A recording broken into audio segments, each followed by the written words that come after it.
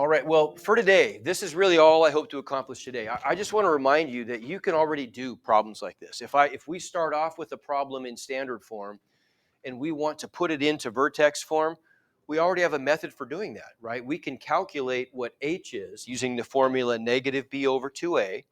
We can calculate what k is by feeding that value of h into the function, right? K is just f of h. And then I already know a because a is the coefficient of x squared, right? So I know all three pieces. Then I know a, I know h, and I know k. And all I have to do is plug those values into my template for vertex form. It's easy, right? We can do that already. Let's try one. Like, what about this guy here? We want to write this in vertex form. It's in standard form. Okay, what are the values of a, b, and c, first of all? Okay, a is 1, b is 6, c is 5, although we really don't even care that c is 5. So what's the value of h then? Okay, we're going to use our formula. So h equals negative 6 over 2, which is what, negative 3? Okay, k is going to equal f of h. So, right, so we're going to plug this x value in and see what we get. So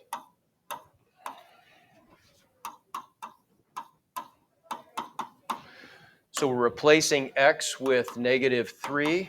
And what do we get if we do that? We get, so we get 9, yeah, negative 4 it looks like, right? I'm going to get 9 plus 5 is 14, minus 18 is negative 4. So I got h, I got k, I already know a. So all I have to do is just plug this stuff into my vertex form template.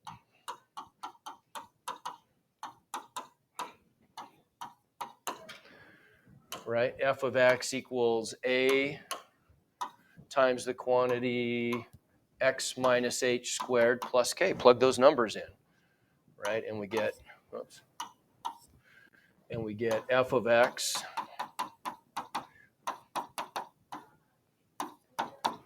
equals, what was a 1?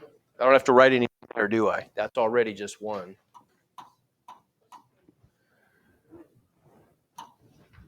X minus negative 3 becomes x plus 3. Oh my goodness. Plus 3 squared, and k was negative 4. So we'll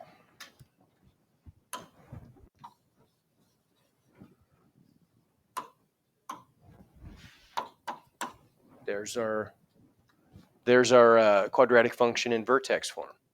Okay, easy to do. All right, so here's just a quick, this is on your note sheet, quick summary of how we would write quadratics in vertex form without completing the square as we talked about.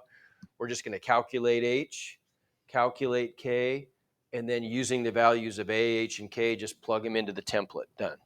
That's the easiest way. Okay, and here's an example we did. Well, actually, we didn't do this one yesterday. We did the one before this, but here's what this one would look like, right? If we just zip through this really fast. There's a quadratic function in standard form, ax squared plus bx plus c, where a is negative 2, b is 20, c is negative 46, right? So all I'd have to do then is use my formula for h. H is negative b over 2a, so that would be negative 20 over 2 times negative 2 is negative 4. Negative 20 over negative 4 is 5. There's h. K is equal to f of h, right? So we're just going to plug that into the original function. Plug that 5 in. So I'm going to get negative 2 times 5 squared plus 20 times 5 minus 46. And if I simplify all that, I get 4. So then I know that h is 5, k is 4, a is 2. Just plug those numbers into vertex form for a quadratic function, and we're done.